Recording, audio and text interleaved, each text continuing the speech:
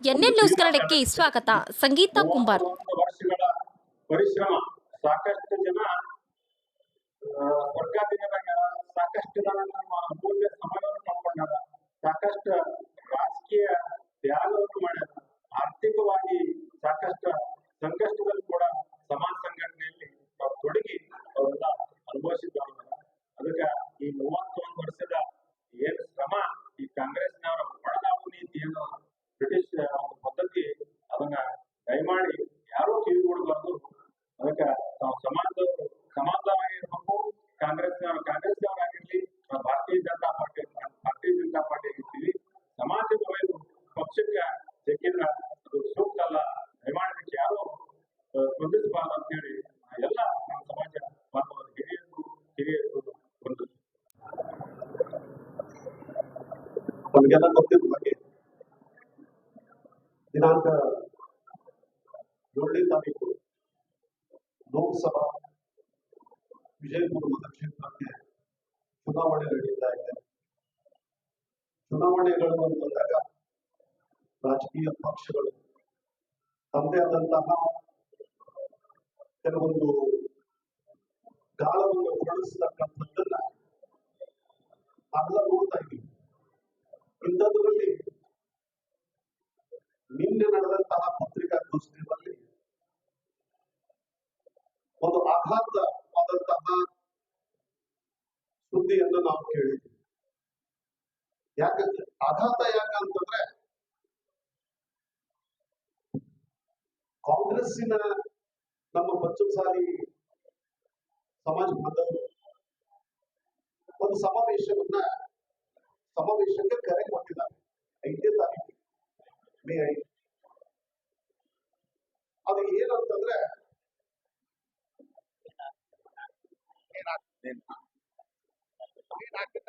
4ನೇ ತಾರೀಕು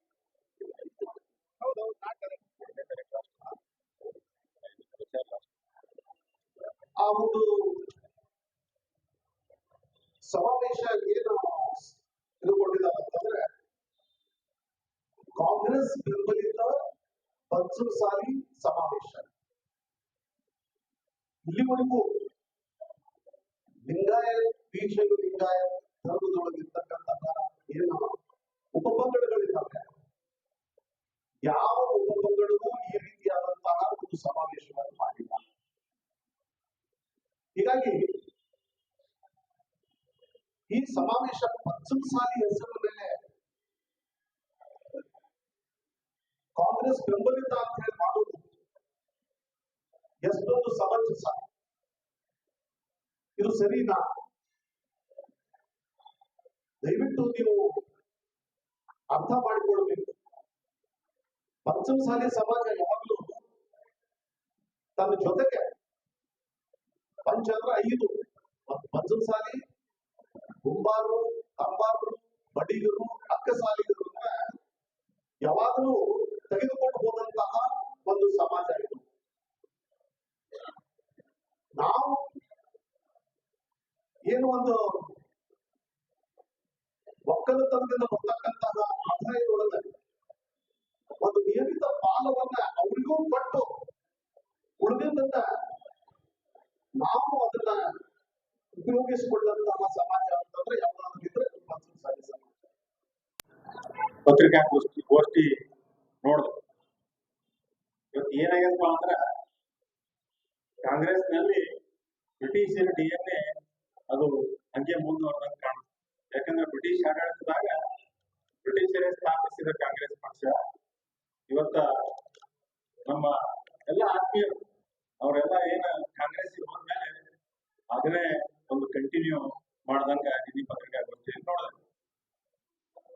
ಇವತ್ತ ಪಂಚಮಸಾಲಿ ಸಮಾಜ ಅನ್ನೋದು